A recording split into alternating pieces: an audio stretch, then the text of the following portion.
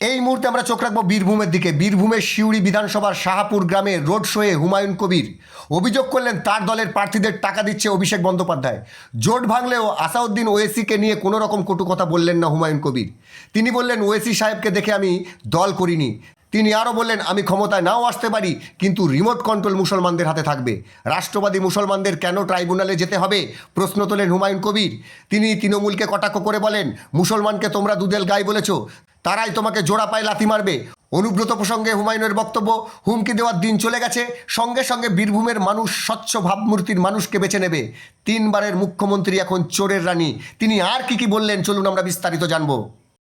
আমরা শুধু মানুষের কাছে বলতে এসেছি, মানুষকে চাইছি 30 বছর কংগ্রেস, 34 বছর বামফ্রন্ট, 15 বছরের মমতা ব্যানার্জি যে তুলাবাজির সরকারে পরিণত হয়েছে, মানুষ একবার পরিবর্তন করুক।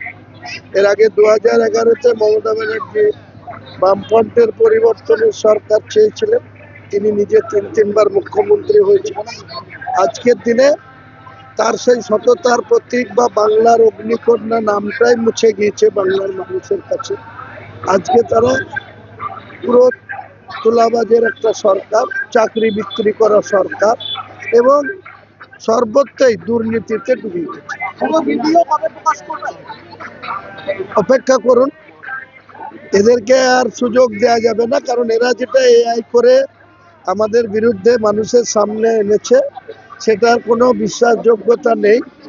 আমরা একজন ইসলামিক মানুষ হিসাবে, একজন মুসলমান হিসাবে কোনোদিন মুসলমান কমের সঙ্গে কোনো জায়গায় আমরা কোনো বিশ্বাসঘাতকতার প্রশ্নই নেই।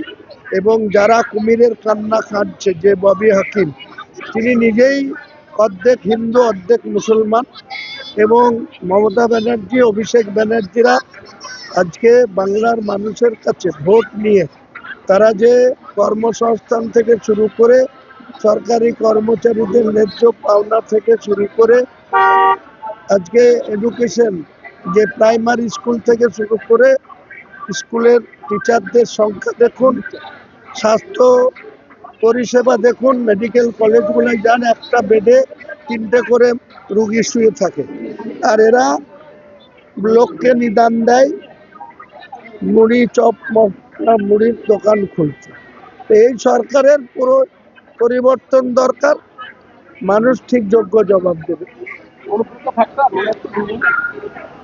দেখুন তো, এবারে তো সেই হুইপ দেওয়ার আওয়াজ, যে পুলিশ প্রশাসনকে বোম মারবো, আমাদের ভোট না দিলে রাস্তায় উন্নয়ন দাঁড়িয়ে থাকবে, এ কথা তো আর শোনা যাচ্ছে না।